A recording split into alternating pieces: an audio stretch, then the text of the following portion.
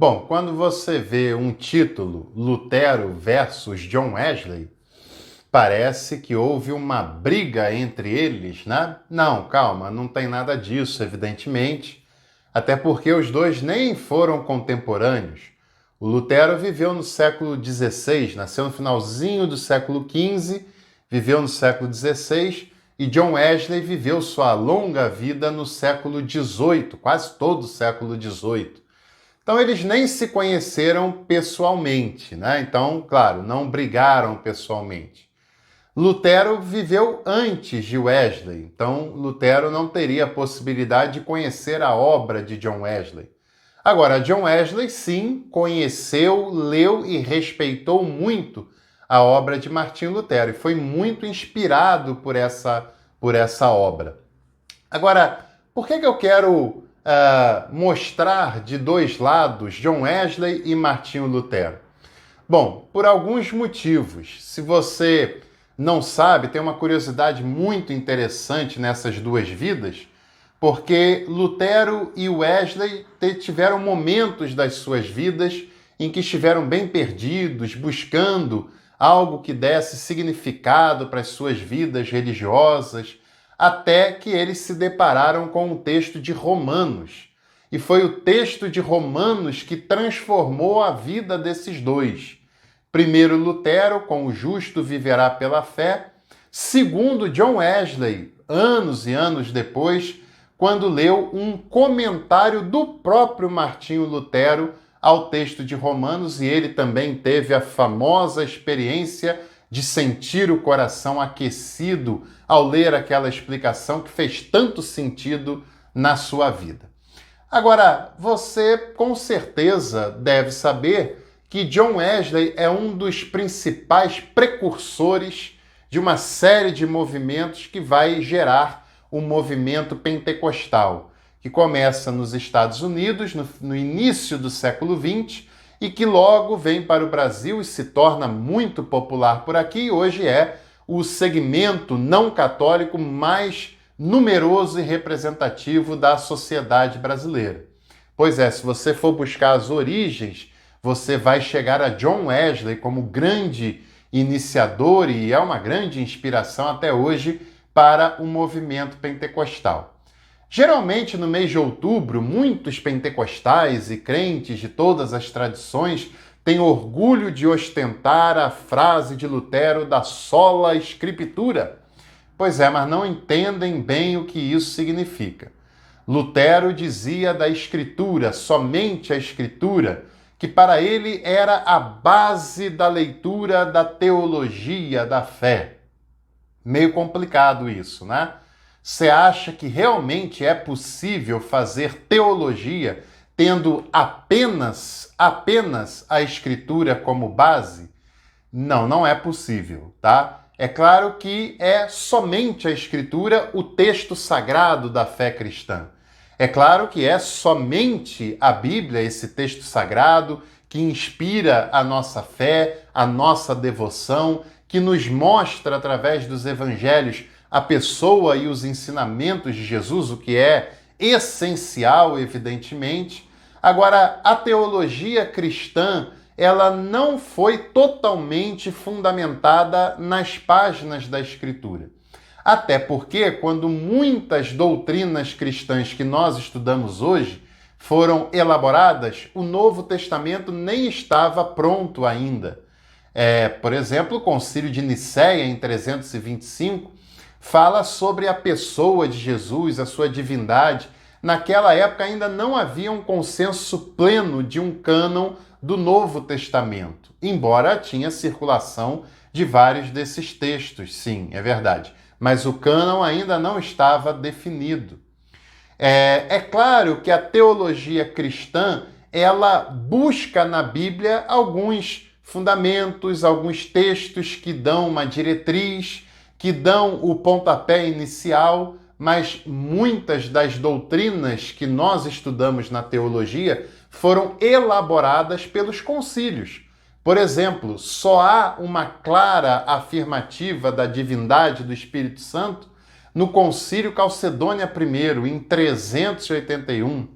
Os conceitos de que Jesus é da mesma substância que o Pai, os conceitos de trindade, de que Jesus é da mesma natureza que Deus Pai, embora seja uma pessoa diferente, esses conceitos e outros tantos, eles não estão com clareza escritos nas páginas do Novo Testamento, mas foram desenvolvidos pela história da teologia. Eu não quero dizer que eles sejam falsos, não é isso. Mas quero dizer, claro, que a palavra trindade, por exemplo, que é fundamental para a fé cristã, que tem coerência, sim, com a Escritura, etc., mas ela foi usada pela primeira vez por Tertuliano, no século III. E a trindade é um conceito posterior, né? Não é do primeiro século da era cristã. Bom, o próprio John Wesley chegou a nos dizer que a Escritura deve ser lida e deve ser estudada não apenas por si só, mas tem na teologia de Wesley um conceito muito interessante chamado de quadrilátero wesleyano. Para John Wesley, a base da teologia era um quadrilátero do qual a base era a parte maior e principal, e essa base é a Escritura. A Escritura, sim, é o elemento mais importante da teologia cristã, é o elemento mais imprescindível de uma análise teológica cristã, segundo John Wesley, e ele tem muita assertividade em dizer isso, mas ele também diz o seguinte: essa Escritura deve ser lida à luz dos outros três elementos. À luz da experiência, porque o cristianismo não é uma religiosidade que apenas se tem uma devoção, mas ele nos chama a um discipulado concreto, verdadeiro, real, não só no púlpito, não só no templo, mas na vida concreta do dia a dia, e deve ser experimentado a cada dia e compartilhado a cada dia. Portanto, segundo Wesley e o seu quadrilátero, a Escritura deve ser lida à luz da experiência, à luz da razão, porque não deve ser lida cegamente, não deve ser lida apenas com uma leitura literalista e fundamentalista do texto, mas nós somos seres racionais e quem nos fez assim foi Deus. E Wesley sempre foi um intelectual que buscava o refinamento intelectual durante toda a sua vida e a sua obra. E ele diz que a Escritura deve ser lida com o nosso exercício da razão, ou seja, estudá-la com seriedade, com critério e com profundidade.